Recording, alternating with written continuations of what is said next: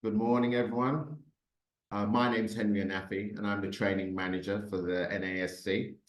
Welcome to the NASC and CITB Spotlight on Training and Funding Entitlement.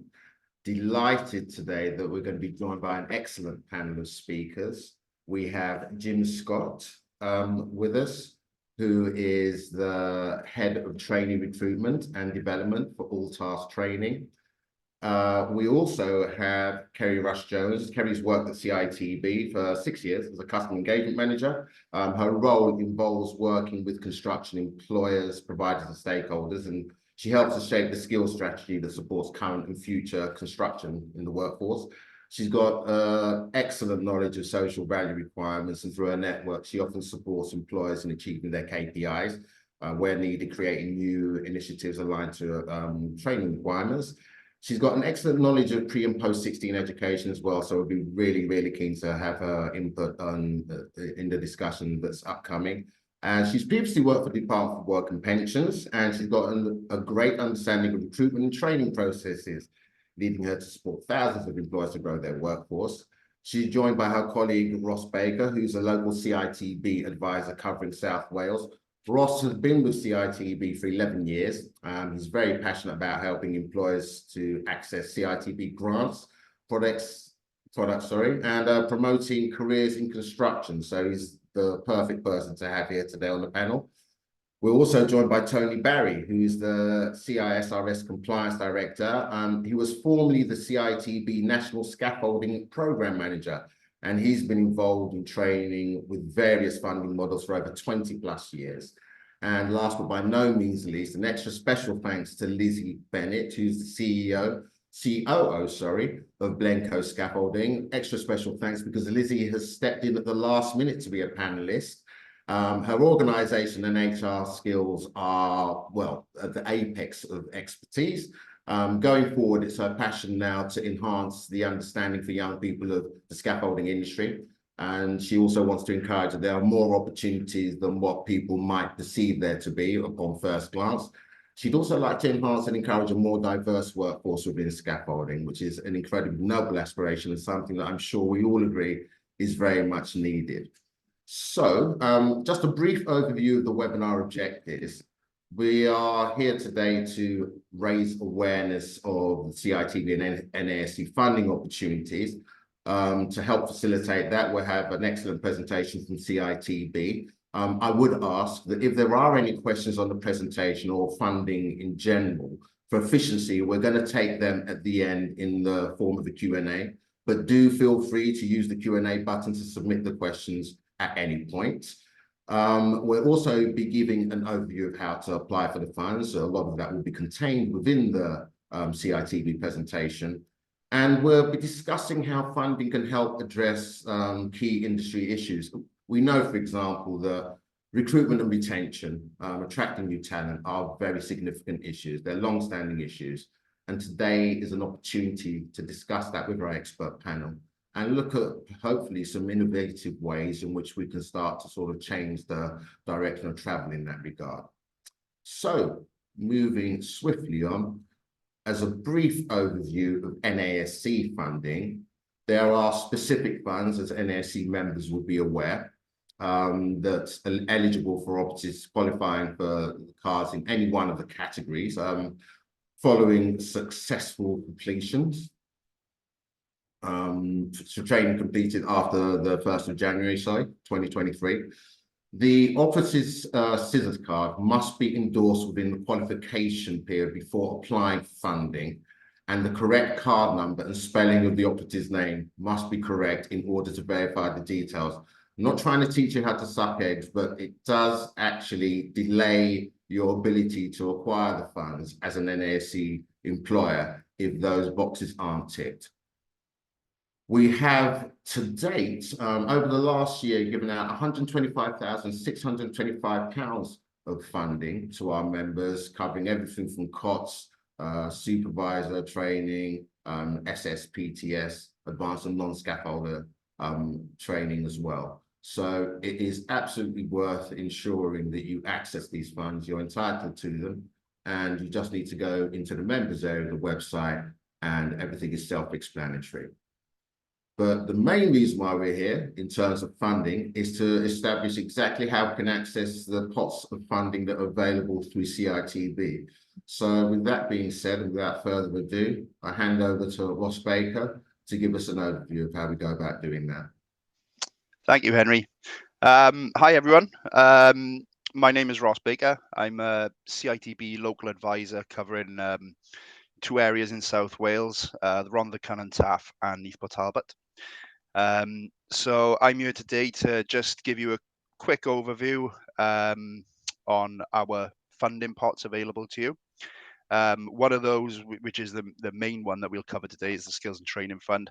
At the end of this presentation, I will just give you a quick little demonstration of how to fill in an application form. So if we can just move on a few slides, please. And the next one. So the first thing that I just wanted to go over quickly today is our grants. A lot of employers aren't aware of our short duration, short course achievement grants that are available for any sort of training that you do that is construction specific. So at the moment, we have 3 tiers of grant available, plus a standalone scaffolding grant. So if, for example, you are looking to put someone on a very short course, maybe asbestos awareness, which will take up to half a day, that grant would come in under tier 1. We used to give £30 at the end of completion of that course, but from April last year, we've doubled all of our short course grants, apart from scaffolding, unfortunately. So that is now worth £60. Tier 2 grants are worth now £140. They used to be £70. And these are the types of courses that can take, sort of between 1 and 3 days. Maybe a triple STS is needed for site, and that's the type of course that you'd get that grant back for. And then tier 3 would cover your longer courses that may take up to 5 days. And as it says there, scaffolding, your part 1s, part 2s and advanced, they're all worth £500 each. If you have been doing these sort of short courses and you've never received any grant, the first thing I would say to you is contact your local advisor to find out why you haven't received any grant. It could be a number of reasons. It could be that you haven't done your training through what we call an approved CITB training organization. If that's the case, they do not apply for your grant on your behalf. You would have to do a manual upload through your online CITB portal. It can get a little bit complicated and confusing, but again, the caveat here is we've got local advisors in every area. Please just get in touch with your local advisor if you're a little bit confused about anything. If you have done any training over the last 52 weeks that you think, well, I haven't received anything for that, you have got 52 weeks from the date of achievement to claim for the grants. Okay, so again, if it hasn't been uploaded, there is a backstop where you can do it manually through your online portal. But please get in touch with your advisor if you're unsure of how to do that. We can come out and help or send instructions through. These slides will be coming out to everyone today. So what you'll find on these slides, there are hyperlinks to everything. So I've put there, check the list of approved standards. So once you get these slides, if you click on that, it will take you to all of the types of courses that are grant eligible. If we go on to the next slide, please. So just a few examples here of things that you may have done that you're not aware that you could have had grant for. So yeah, you're sort of working at heights, your PASMAs, your harness use and inspection, your IPAFs. They're all grant eligible courses, temporary works, confined spaces. And if you're levy exempt business, so in other words, if you send in your levy return and you don't have to pay us a levy because your wage bill comes under £120,000 a year, you are able to claim for emergency first aid at work as well. Unfortunately, that's not for levy paying businesses because the emergency first aid at work isn't a specific construction course. So unfortunately, we can't grant aid for those larger companies. Next slide, please.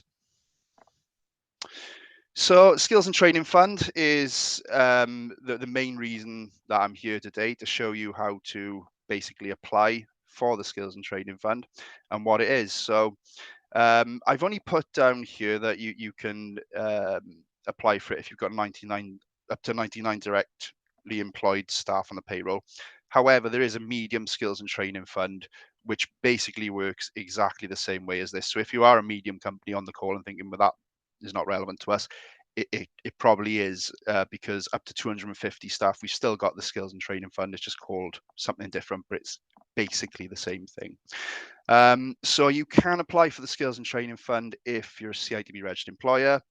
You've got to be up to date with your levy returns and levy payments. And if you've had any previous skills and training funding projects, they need to be signed off as completed.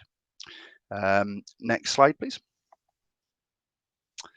So how much can you apply for? So basically, CITB registered employers can apply for up to £2,500 per application if they don't actually employ anyone. They only have CIS subcontractors.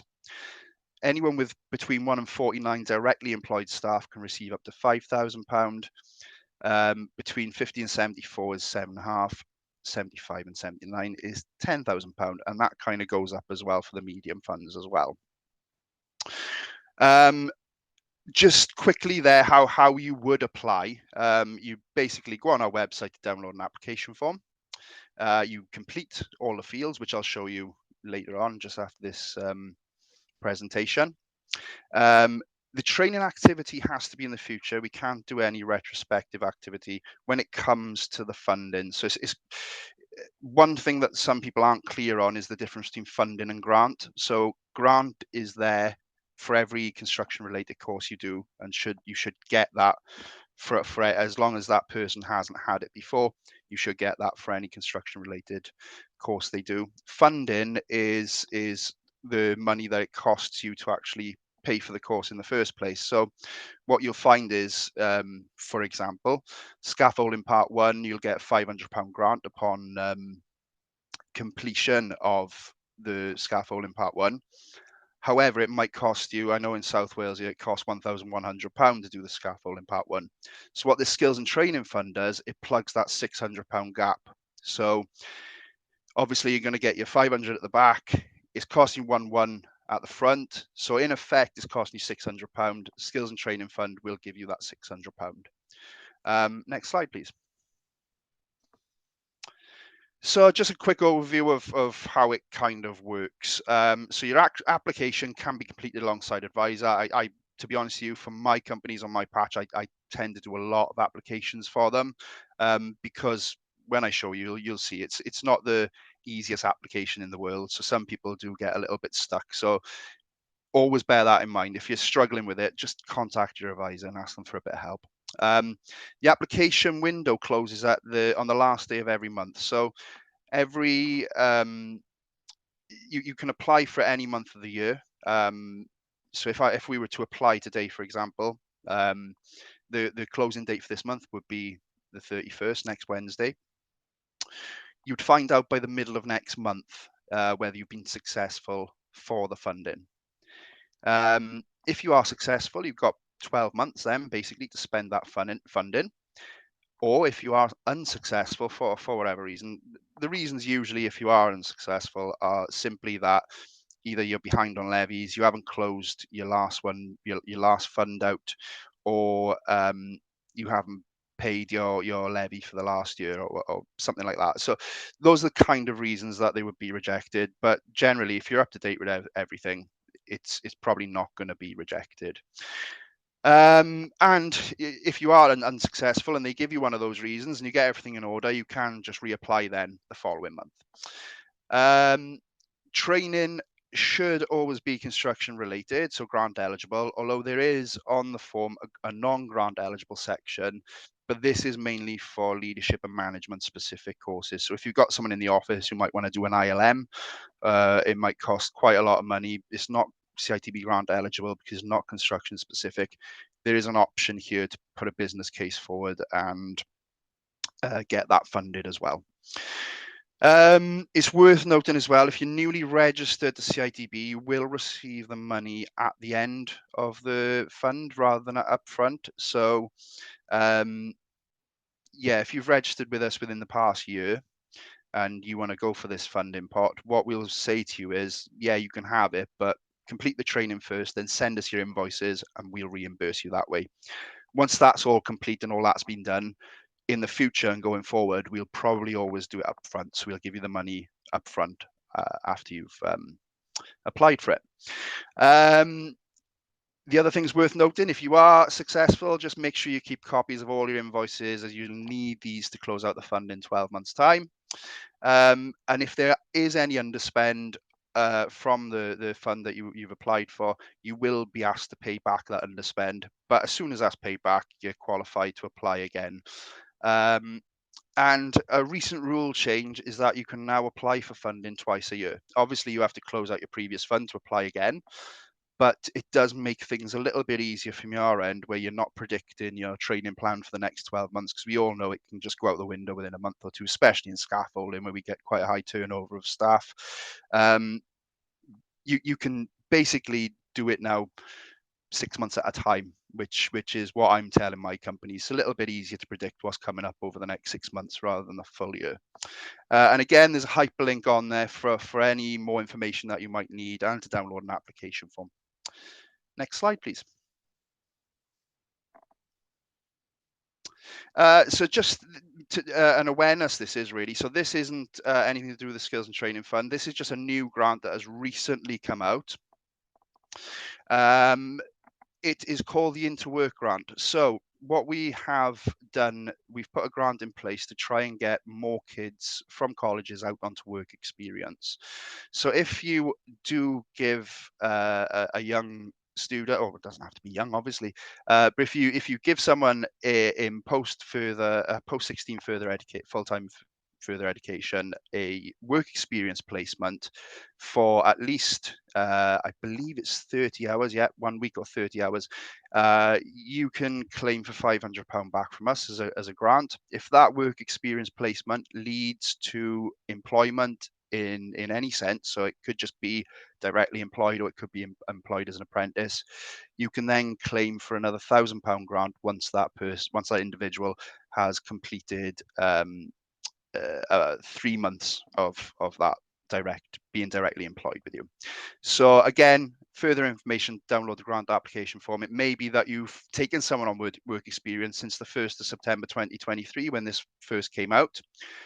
You can backdate it. You can go up to 52 weeks. So please follow that link and download the grant application form. Any problems or issues, just contact your local advisor. Next slide, please. So this is literally just a link for you guys when you get a copy of this. If you're unsure who to contact within CITB, who your local advisor is, I've just put all the hyperlinks in there for you. If you can't get hold of your local advisor, you've got other sources of who you can get hold of through these hyperlinks. And I believe that's it. So what I'm going to do now is I'm going to share my screen. Hopefully this works. And I will just show you quickly how to fill in a Skills and Training Fund application form. So hopefully you can all see this now. Okay, so once you download the application form, this is what you'll see. This is the first page. Okay, so I've obviously just done a dummy one here just so you can see. So if you look along the bottom here, you can see there's 4 tabs. You've got your application details, your grant eligible training, any non-grant eligible training you might want to apply for, and your get code list. Okay, so first page is pretty straightforward. It's just your business details and a few other things. Just make sure everything's populated. And then you come over to your grant eligible training. So with the grant, now this is where it gets a little bit confusing for some people, because you need to link up your get codes to your training. And by how to do that is it basically, first of all, we'll go to our get code list. So what I have done to find scaffolding part 1 is I've done a Control and F, and I've just typed in scaffolding part. So it's come up here, and the number corresponding to scaffolding part 1, tube and fit in, would be 996. So I come back to my grant eligible part here. Sorry, what was it? 996, wasn't it? Yeah, 996, sorry. And if I type in 996 here, that should auto-populate there. So you can see there, it's got the grant value in this column here, which is £500. Because this is a short course, we don't need to put the qualification and level in this box. This is for MVQs only. So we would need to put the training provider name in and the number of participants. We don't need the names of the participants, just a number. Cost per head, and for start and end date, I literally go from the first day of the month that you're applying for to the last day of the 12 months, because you don't really know when it's going to start, when it's going to end. So it's not too important, but I would just put the full year in there basically. And what it would do in this box then, so I've put my cost per head here is £1,150. It then deducts the grant. So the total for the course would cost me 2,300, which is 1,150 times 2. Then it deducts the grant from that, which you would get at the end. So the total funding required would be £1,300, and that would be the amount that you would get up front. And then again, you've just got a few questions to answer here. How have you ensured the quality of this training provider? If you're using someone like Simeon, they're a CITB approved training organization. If obviously you're using the CITB in Bircham Newton, it's a CITB approved training organization, so it's quite easy to put something in there along those lines. And how have you assessed value for money for this training? Generally, you go to the nearest one, but there could be other factors in there, so you just put a few sentences in that one. So the other one I just wanted to show you quickly then, if we go back to our get codes list and we want to add an MVQ in, so the MVQ is slightly different. If I just go up to the very top of the list. So if we want to put an MVQ in, we would use this code here for an MVQ level 2 we're going to put in. So number 6. So if I go back to the grant eligible part and type number 6 in here. So at the moment, there's an increased grant achievement of £1,000. So I'm going to say that this is going to cost us 1,500 for the benefit of showing you how it works. So you would need to put in, because this is the MVQ, you would need to put in the qualification name and level. So we'd put access, operations and rigging construction, MVQ level 2. Training provider. So it basically then the rest of it's the same. So that's the only difference really. You just would need to fill in that one box there.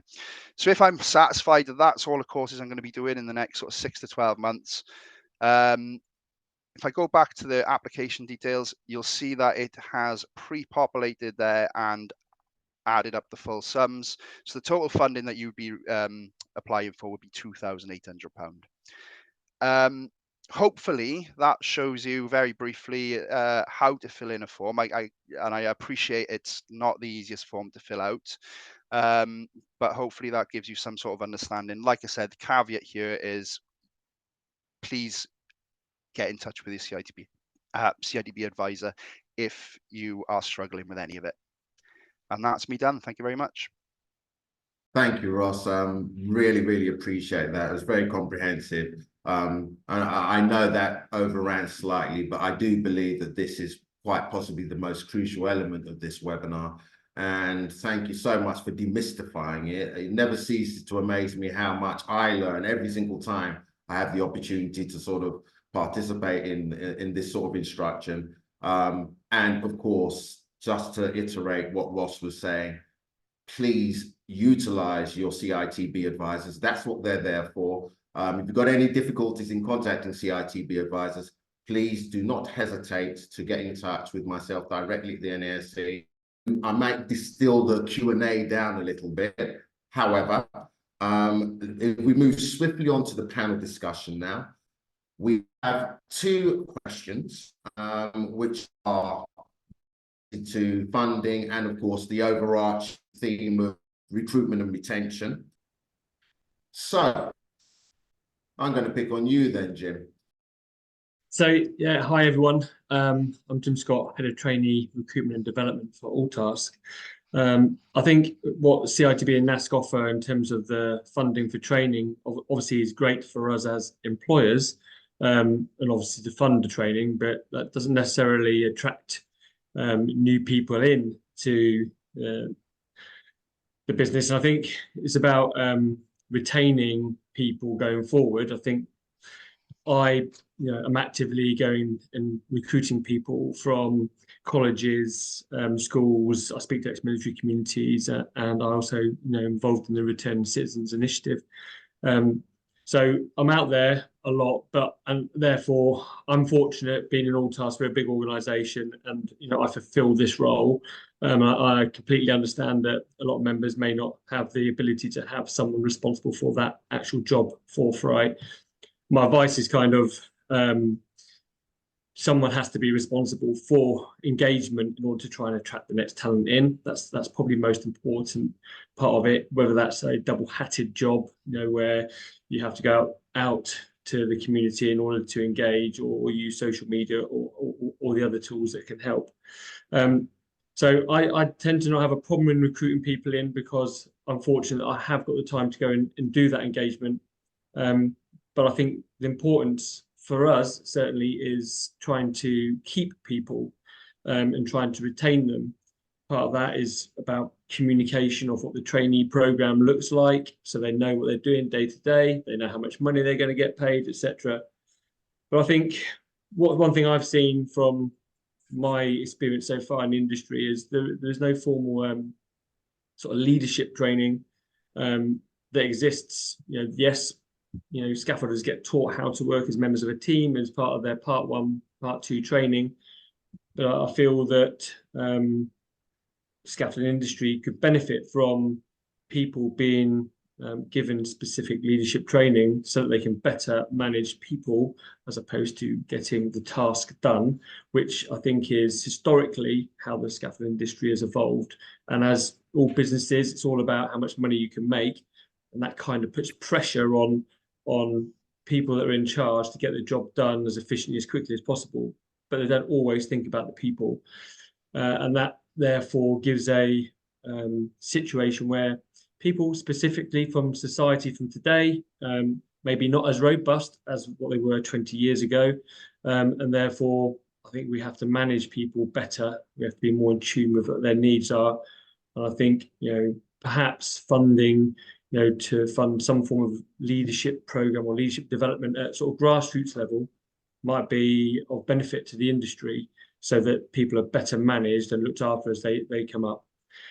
Obviously, that goes hand in hand with coaching and mentoring as well. So probably those are the two areas that I think funding could be used, or new funding streams could be created in order to better help retain the people that we get coming into the industry.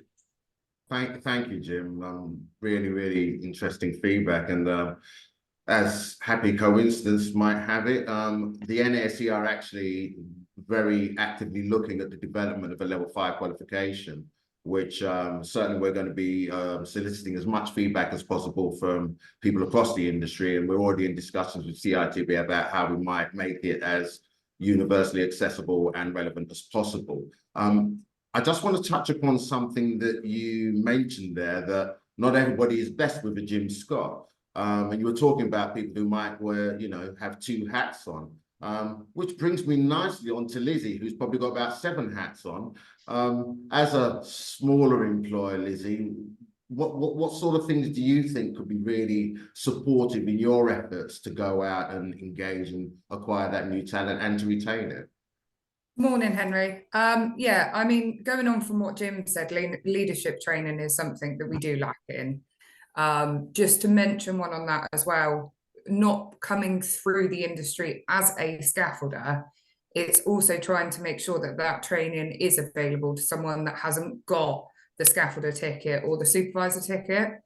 But going on from that, like Jim said, All-Task are lucky enough to have a gym. They're lucky enough to have gym that can go out, whereas we don't quite work like that. Within our business, anyone that goes out and does anything within schools, within education, on opportunities or anything like that is taken away from their main role. So I suppose it's trying to look at maybe the opportunity for funding towards someone going out and doing that bit. There's not a lot of education in schools to say that scaffolding is a career for anyone, because as we all know, there's not just a scaffolder. You've got your managers, designers, etc. So there's not enough of that education within schools to say it's a broader job than what anyone thinks. However, on a smaller size business, we haven't necessarily got the funds to send someone out once a week to go and do that kind of thing. It's an ad hoc basis. So it's maybe looking at some form of contribution towards someone being able to go out more often within the community. Now that's a really interesting insight. I'm going to completely pass the buck here, and I'm going to take Ross out of the firing line and hand it over to Kerry, because of course you've got all the solutions to this, Kerry. What sorts of things are happening at a local level, especially for the employers that are, you know, of Lizzie's size or Blenco's size? What sort of networks or infrastructure, you know, support mechanisms that can help with that do you think might be accessible and useful? Yeah, so I'm not too sure if everybody is aware, but CITB last year introduced the new entrant support advisor team, a very, very new team which supports employers that are looking to bring a new entrant into their workforce. Doesn't necessarily have to be somebody that's going through an apprenticeship route. It could be somebody that's a career changer, etc. So first of all, what I would say, Henry, is at the end of this, in addition to what Ross is going to share with you, we'll also share the contacts to these advisors within the local areas across England and Wales. Scotland are in the process of setting up their team, so that will be available in Scotland in the coming months. The teams are there to predominantly work with education providers, and to support that link between industry and those that are currently studying for industry and don't necessarily know about scaffolding, etc. at the moment. So that's one thing that we have got in place at the moment. Another thing I'd just like to highlight is the CITB STEM Ambassador service that we have. And this is where those that currently work in industry have the knowledge and skills, can go through the process of becoming a STEM ambassador. Your details then are housed on a system that we have. And if local schools want somebody to go in and talk about the relevant trade, then they can go to the STEM ambassador system to do that. So again, I can share that information. However, as part of Lizzie's point in that it isn't cost effective in order to down tools for the day and to go into schools. So the one thing that I will take away from this today, Henry, is that can CITB look at supporting employers to do such a thing? And again, at that point, if it's something that we can come up with, I think it would be relevant for us to reconvene and even have a look at a forward plan of how we can create this engagement to move forward.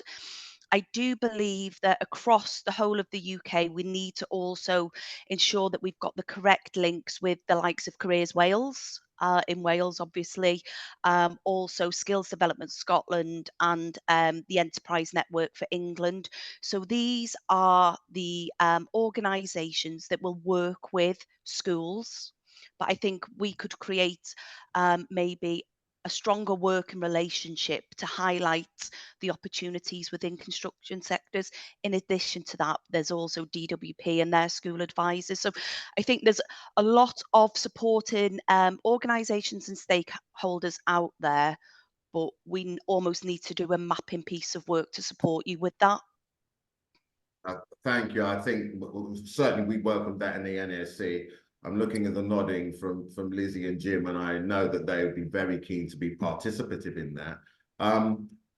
It's probably worth mentioning when, you know, whilst we're talking about innovation, that one of the key objectives and initiatives from the NASC this year is going to be the development of a talent portal. which is designed to allow members to have access to multiple careers events, careers activity. We'll be supporting that with careers packs, which will include things like VR headsets, various information that will be accessible to you know, and create an appetite within young people, and of course educational establishments. We'll also be, you know, demonstrating the different routes into market and addressing the long-standing issue of trying to capture the attention and retain the attention of the 16 to 18-year-old cohort, which I know is a long-standing challenge.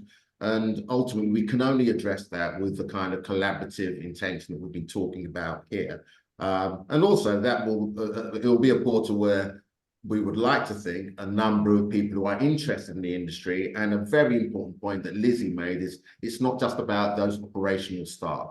It's about the multiple roles that are available in this amazing, you know, sort of mosaic of careers that exist within the scaffolding ecosystem. And we'll be providing information on how people can access all those different routes, promoting it accordingly. But I don't want to hijack this whole webinar talking up the talent portal. There will be subsequent webinars and you'll be hearing a lot of information about that.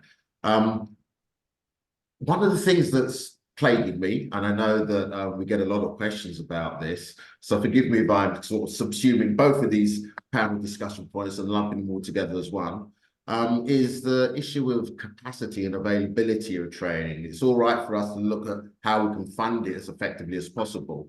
But when it comes to capacity and availability, Tony, is there anything that you can, you know, tell us about that? Because we know that it's a often commented on situation. Yeah, there's a few things here regarding capacity.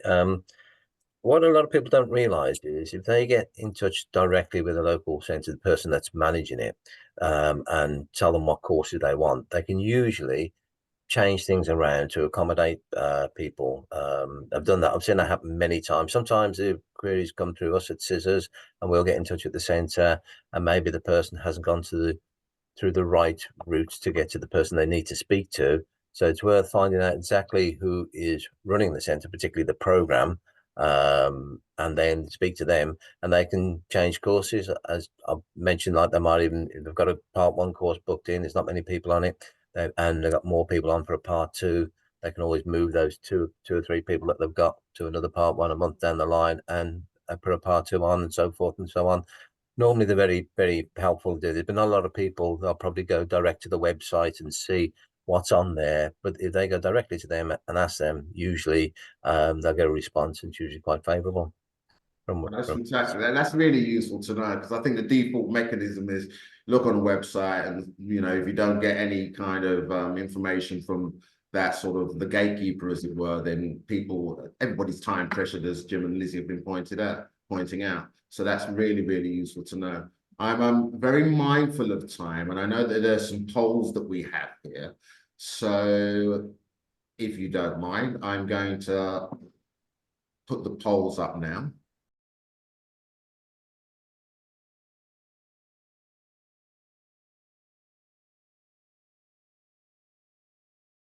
Okay, we'll wait a few seconds more.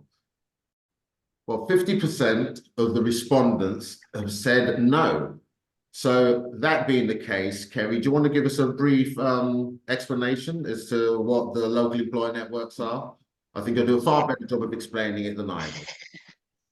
No problem. So first of all, just to mention that employer networks at the moment are a pilot. We've got a number of them running across the whole of the UK at the moment. We've got 12 local employer networks, and we've got 3 sector specific employer networks. Now, the networks have been designed to simplify the way in which employers receive their training. So I really appreciate Ross going through all the skills and training application process.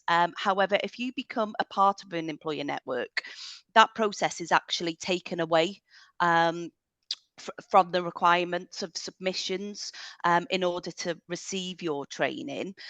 So it's obviously alleviating the paperwork, but there's also the opportunity to request additional training that currently sits outside of the CITB funding packages.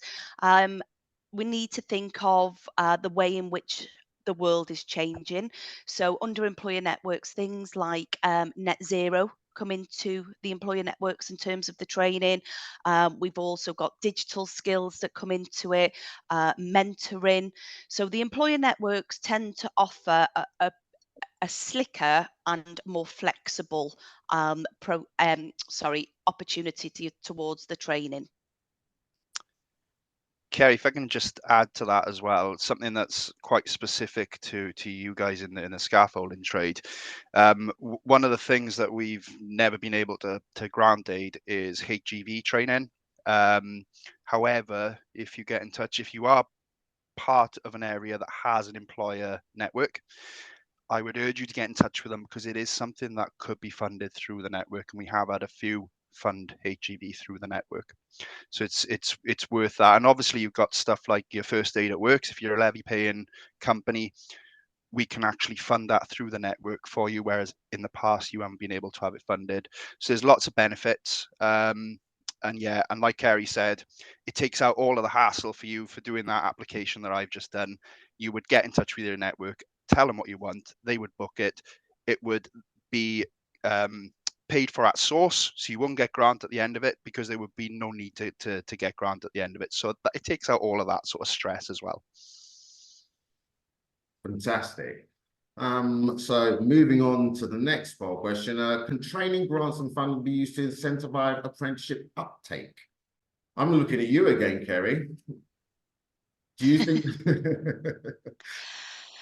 I personally do think that they can incentivize people taking on apprentices. When you look at what CITB pay out in terms of grants, with the construction sector is the only sector that has that additional funding in order to assist recruitment.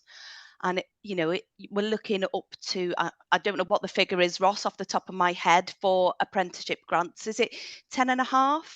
I can't remember.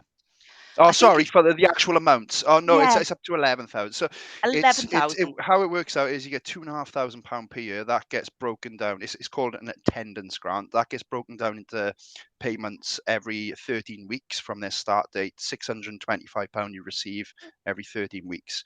Upon completion, then it's £3,500 you can claim for. That's up to 2 years for a level 2 framework and up to 1 year for a level 1 framework, for a level 3 framework. Apologies. Okay, that's really helpful. Yeah, I've had feedback, over the last few months that the grants are not kind of keeping up with the constant increases in minimum wage. I know the apprentice minimum wage is about to go up to over £6 an hour. And that is feedback that I've personally fed back in, and it is something we may look at soon. But at the moment, those are the grant rates for the apprenticeships.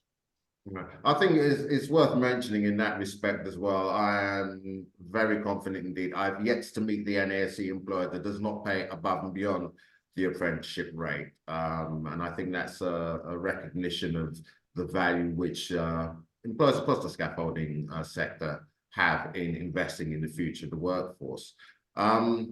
So the next question, which has got 100% favorability, and I'll move very, very swiftly off of it as a consequence, is can training funding be used to support businesses in creating an attractive and rewarding work environment?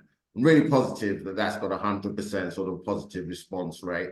But that doesn't prevent, I think, the NASC in looking at developing more bespoke funds, as well as CITB, of course, of identifying as many different creative avenues as possible to ensure that we can attract that new enthusiastic employee. And it's not just about obsessing, as it tends to be the case, about this somewhat mythical young person. There are a finite number of young people, but there are a plethora of people out there looking at career changes, and people are looking to establish different career pathways. So those are things that we also will be working on as well. And the final poll question was, how can new technology support recruitment changes? So in that respect, of course, I'm going to once again remind everybody about the NASC's initiative in terms of developing the new talent portal.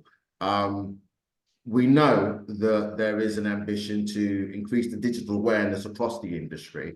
I know that CITB have had that as a priority. My discussions with employers like Jim and Lizzie recognize the value in looking at more creative methods of engagement.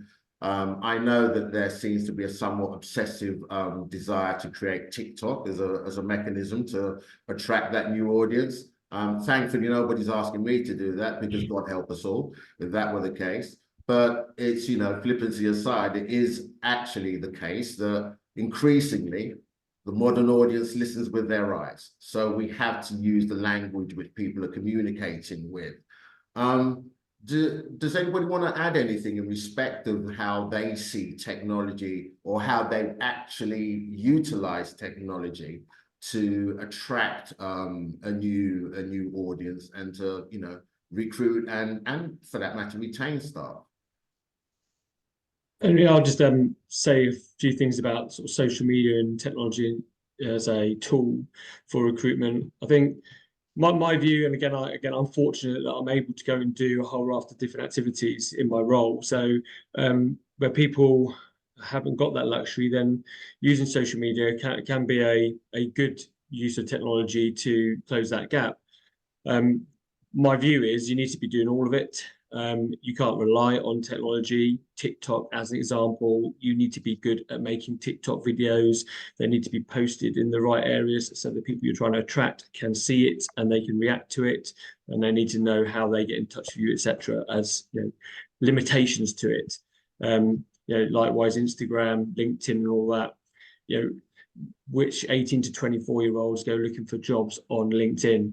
Probably zero. But ultimately, you're reaching into your network. So there'll be parents, other people that have sons, etc., daughters that may see that then, you know, promote that opportunity to you.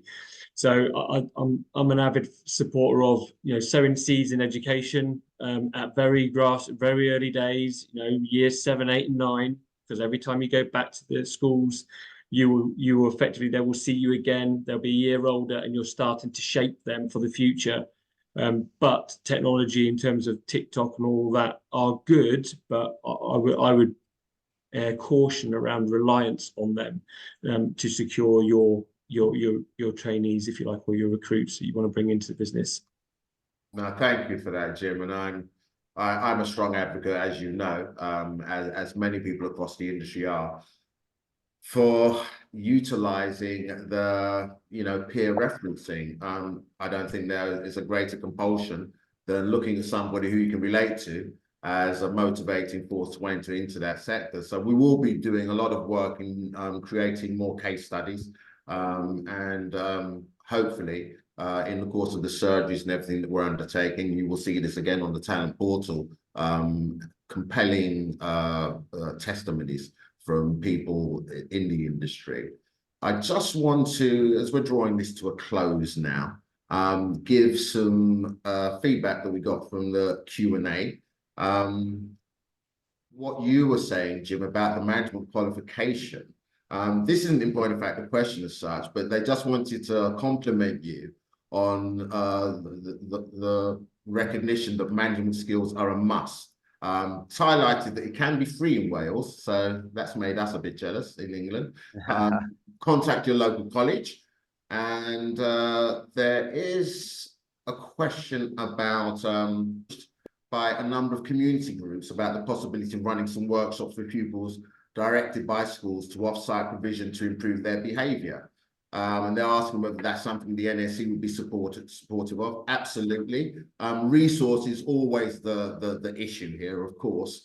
But on a personal basis, as long as I have availability, I think every member that's reached out to me before will be aware of that. I'd like to think that Lizzie and Jim would also attest to that. But again, and I know I keep sort of banging the drum of the talent portal, the idea is that when we create these careers packs and the information, advice and guidance, we'll also be putting on webinars to not to teach people how to suck eggs, because that would be an insult to, you know, the highly creative workforce that we have out there and the employers that we have, but to give you some broad parameters of the methods of engagement. And if we're equipping our members to do that, then we'll be doing a far more effective job of changing that sort of perspective and culture within the schools. The fact of the matter is, just upon the, you know, the basis of the Gatsby framework, schools are duty bound to have far more of a proactive engagement approach with employers. So please reach out to me and let's have a conversation directly to look at the best way in which we can provide you with some direct support. And final question that we have here is asking whether the NASC has a suggestion list of what training courses they would like to see scaffolders attend. I'm going to take that back to the ranch. That is a really, really good question, because one of the things that we seek to avoid, I know this is the same for CITB, is that whilst we want to be supportive, we don't want to be prescriptive. What may be particularly useful in one region of the country and maybe a specific issue, or may be something that's pertinent to one organization, may not be universally recognized. But we are actually in the process of issuing a questionnaire to all our members, quite comprehensive one in respect of training. And again, I would ask that you reach out to me directly so we can have a conversation about that. We will obviously, as a result of the feedback that we get from the questionnaire, have some information about what sorts of training courses the general feedback indicates the scaffolders should be attending. And I've sort of somewhat rushed it at the end there, but thank you so much. And apologies that we did overrun slightly. That's entirely my fault. Thank you to every single one of our panelists. This couldn't have been done without you.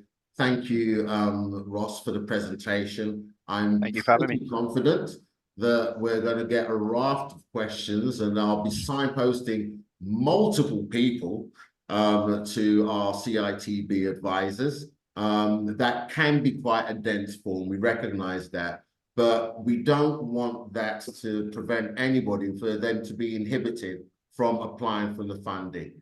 You're entitled to it. We want you, you know, you pay your levy, you are entitled to that as a service and support. And in lots of cases, it can literally result in, you know, cost neutral training. So please, by all means, access it. And we have a great industry, we have a great sector. We're going to do our utmost as a trade body to ensure that more people are aware of that. So thanks to our employers, thank you to all of our panelists, and of course, last but not least, thank you to every single one of you that's attended. We look forward to seeing you at the next NASC webinar. Thank you. Bye.